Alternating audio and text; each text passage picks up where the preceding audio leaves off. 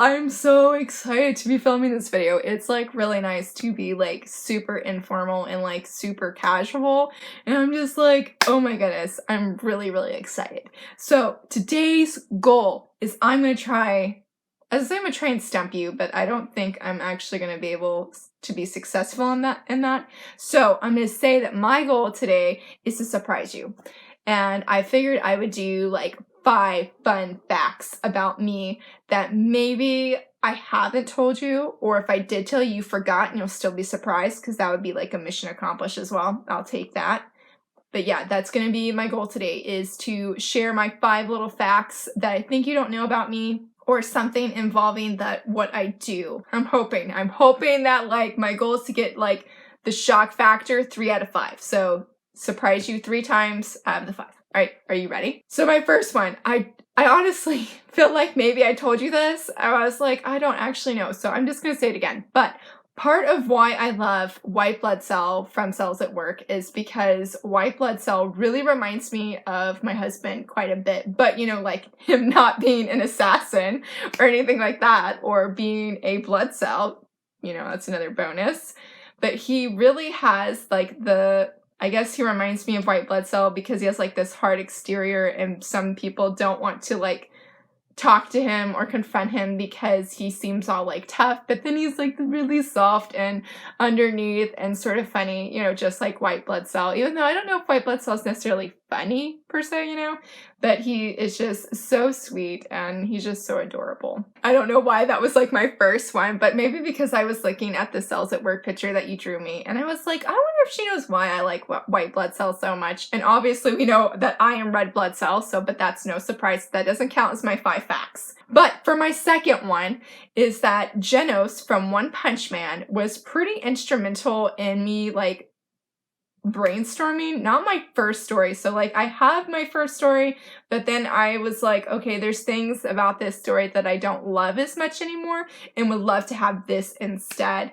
And for a really long time, I could only see my hero that I made, as Genos, because I wanted him to look like Genos, but have like sort of the personality of Lotor, which I know I've already told you the second one, but that has to go in with it. So he was like, for a long time, he was my Galran Prince, but just with a Genos face, which is really funny to me now. But now he's like my own character, and he still resembles a little bit of Genos. He doesn't have the same eyes, and I feel like because Genos is a cyborg, that's pretty like that's Genos. Like his eyes are amazing because of that. Anyway, but Genos really did inspire like the physical appearance of this said story. So, and I don't know how much I've told you about that said story, but he inspired the hero from that one. Okay, so number 3 I was thinking about, and you already know that like my inner mythical creature is a unicorn and whatnot, but since our like friendship is pretty funny, and that, you know, when I like a said character, now I'm sort of like, okay, Noelle is probably not going to like this said character, or they will not be your favorite. Hinata and Kageyama are prime examples, and Tezuki, though you like Hinata, so, but Tezuki is definitely a really good example. And what is the name of the other guy, the one that has the red hair? Oh, Tendo.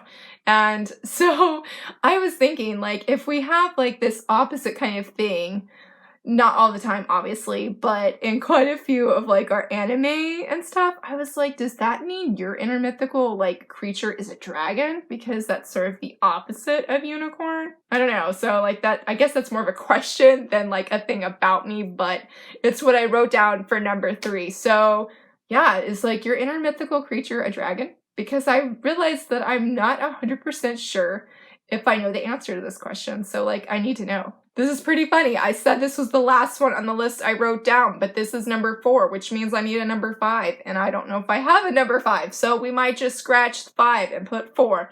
But number 4, I really don't think you're gonna get. I'm pretty confident in this one.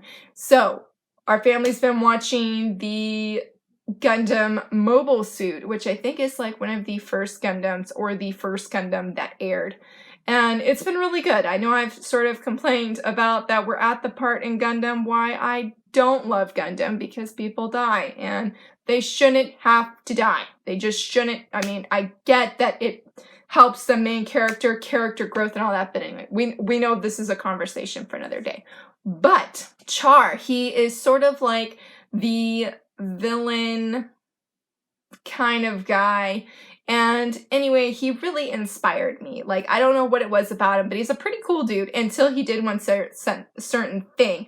But before certain event, he was really cool. So he's still in the cool kid status a little bit. He actually is a little bit more questionable, but we're just going to focus on the cool part of him. And it really inspired me to want to write like a mecha kind of manga. I loved Voltron, Legendary Defender, till the last seasons, which we won't talk about.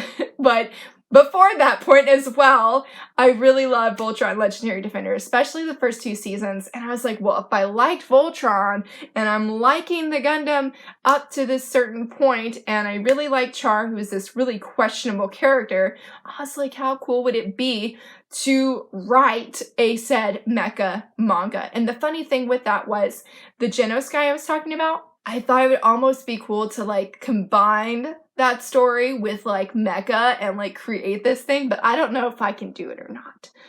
I don't know. Right now I am like super wanting to write a volleyball manga like so incredibly bad, and I'm really divided on what I want the story to be. So I've been like praying so hard. I was like, I need the inspiration to hit, but I want to finish my other stories. So I guess my number 5 would be when things get intense in my own stories, I have a tendency to stop writing because I get so caught in my feelings when I'm writing, like overwhelmingly in my feelings, where it's hard to differentiate my feelings from the character's feelings, and I'm just like an explosion of feels that I usually stop writing at like, I guess would be considered like the climax. And then I don't come back to the story for many, many months. So I'm hoping before the volleyball manga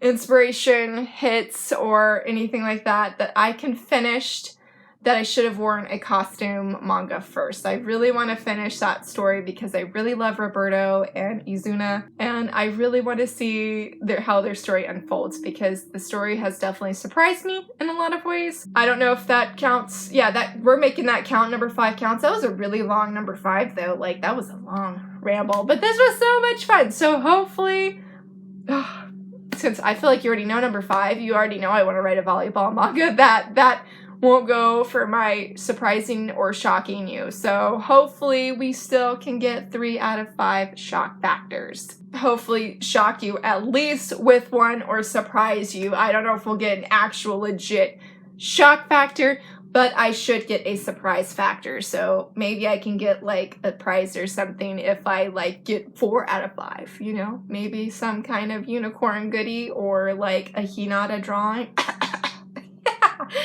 You know, won't hurt my feelings or anything if you're like, yeah, I'll give you a Hinata drawing. Anyway, I hope you have a great day, friend. This was a lot of fun, and I look forward to hearing from you. Bye!